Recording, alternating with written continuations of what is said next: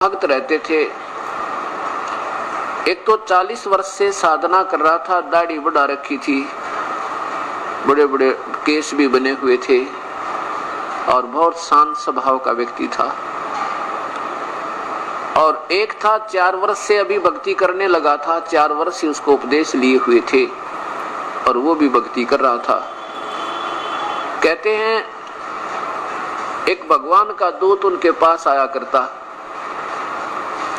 और प्रभु की चर्चा वो दोनों, कभी पहले वो आता बड़े के पास, फिर आता छोटे, यानी बड़ा माने जो 40 वर्ष से साधना कर रहा था उसके पास बैठता, घंटा 1.5 घंटा भगवान की चर्चा महिमा गाता, फिर आता दूसरे के पास जो 4 वर्ष से साधना कर रहा था, उसके पास बैठता, चर्चा करते, प्रभु की चर्चा में उनके गुणगान में लीन रहते। एक दिन उस देवदूत ने भगवान से कहा कि प्रभु आपकी उस नपुंसक क्षेत्र में आपके 2 परम भक्त रहते हैं, उनको तो आपके बिना कोई दिखाई नहीं देता। प्रभु ने कहा भाई देवदूत, वो दोनों भक्त नहीं है, भक्त तो केवल एक है उनमें। तो देवदूत ने कहा कि भगवान वो होगा जो 40 वर्ष से बैठा आपके निमित्त। भगवान ने गर्दन हिलाई कि नहीं, वो नहीं है, वो जो 4 वर्ष से बैठा है ना वो है भक्त, वो सही लक्षण है उसमें साधु के। अब देवदूत के मन में यह बात समझ में नहीं आई कि भगवान के मेरी बात समझने में फर्क रह गया शायद। कहने लगे जी नहीं वो 40 वर्ष वाला है ना, हाँ, तो असमंजस में पड़ गया। तो भगवान जान गए कि देवदूत के मन में वह बात समाई नहीं मेरे वाली, क्योंकि ये सोच रहा है कि 40 वर्ष से जो बैठा है ना साधना में लग रहा है ये सही भक्त है। तब प्रभु ने कहा क्यों भाई देवदूत, मेरी बात नहीं आपको समझ में आई कि 40 वर्ष वाला साधक सही नहीं है, उसमें पूरे लक्षण नहीं है भक्त के। देवदूत ने कहा कि ऐसी कोई बात नहीं प्रभु, आपकी बात ऐसा तो हो ही नहीं सकती, लेकिन मेरी बुद्धि तुच्छ है, मैं इसको समझ नहीं पा रहा आप किस बात से कह रहे हो। तब प्रभु ने कहा कि ऐसा करना देवदूत, आज ते देर से जाना उनके पास, और देर से जावे तो फिर वो कारण पूछेंगे देर से आने का, फिर तू ऐसे ऐसे बताना, और फिर वो क्या उत्तर दे मुझे बताना। फिर आप निर्णय करना कौन संत है, कौन असंत है, कौन भक्त है, कौन अभक्त है।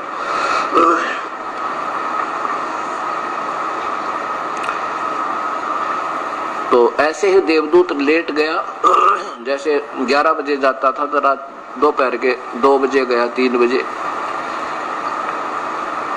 अब पहले पहुंचा उसी पुराने भक्त के पास जो 40 वर्ष से बैठे थे, उसके पास जा पहुंचा तो नमस्कार हुआ और उस 40 वर्ष वाले साधक ने देवदूत से पूछा कि हे देवदूत, आज इतनी देर कैसे लगा दिया आपने, आपके बिना तो मैं तड़फ रहा था, आप आते थे 1-2 घंटा प्रभु की चर्चा होती थी, बड़ा अच्छा लगता था। अब तो आज तो मुझे बेचैनी हो रही थी और आप ही की राह जो रहा था, क्या बात होगी, क्या कहानी बन गई, क्यों नहीं आए, क्या हमारे से नाराज तो नहीं होगे।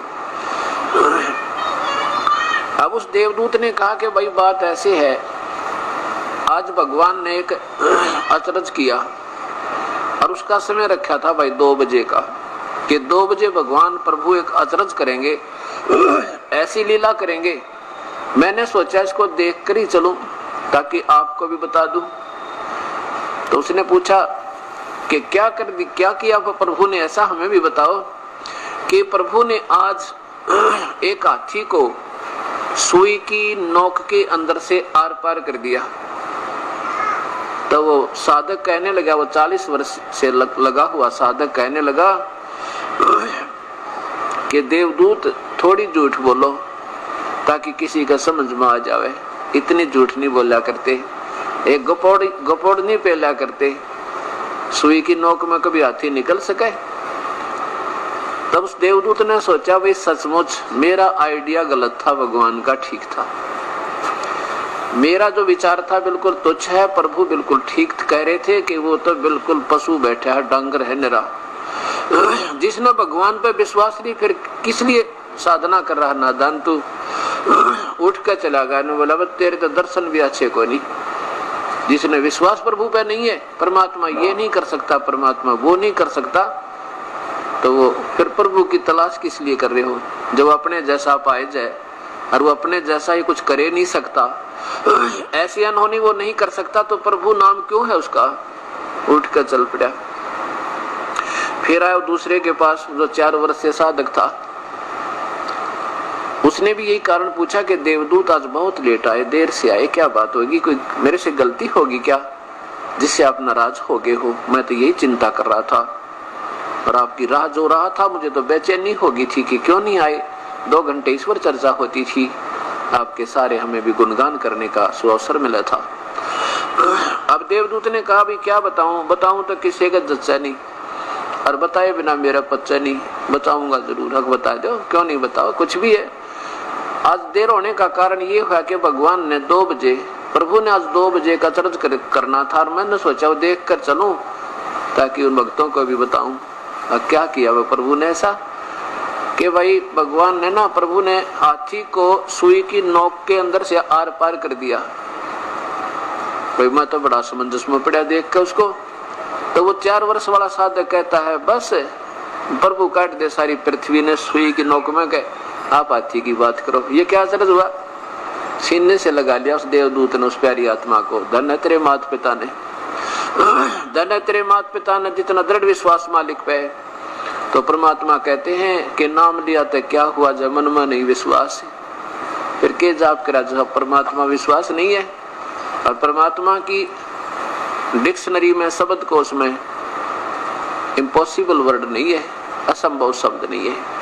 और जब परमात्मा के बारे में कोई कहता वो ये नहीं कर सकता, वो कर्म नहीं काट सकता, वो साड़ी नहीं बढ़ा सकता द्रौपदी की, वो नरसी की हुंडी नहीं ले सकता, या वो नरसी का भात नहीं भर सकता, या धन्ना के कंकर बीजी थी उनमें जवार नहीं, मतीरे होते हैं बड़े बड़े तुम्बे, ये बड़ी घिया कद्दू टाइप इतने बड़े बड़े, और उनमें जवार पैदा कर दी मालिक ने, बड़े बराए पाए बिल्कुल स्वच्छ, ये भी नहीं कर सकता। तो परमात्मा क्या हुआ, तो आप अपने तो भी गया गुजरा, फिर उसने कौन याद करे।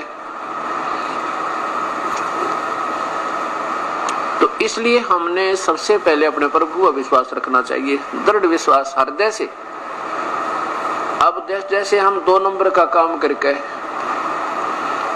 और कितना कमा सके, और फिर उसका प्रतिफल हमें कितना भयंकर भोगना पड़ेगा। एक बहन ने उपदेश लिया और उसने उपदेश लेने के 2 वर्ष के बाद, वैसे तो नौकरी करता उसका पति, फिर भी हमारे अंदर थोड़ी सी माया कमाने की वृत्ति ज्यादा ही बनी रहती है। सो चिंताएं हैं, वो लड़की शानी होगी, ब्याहनी पड़ेगी, एक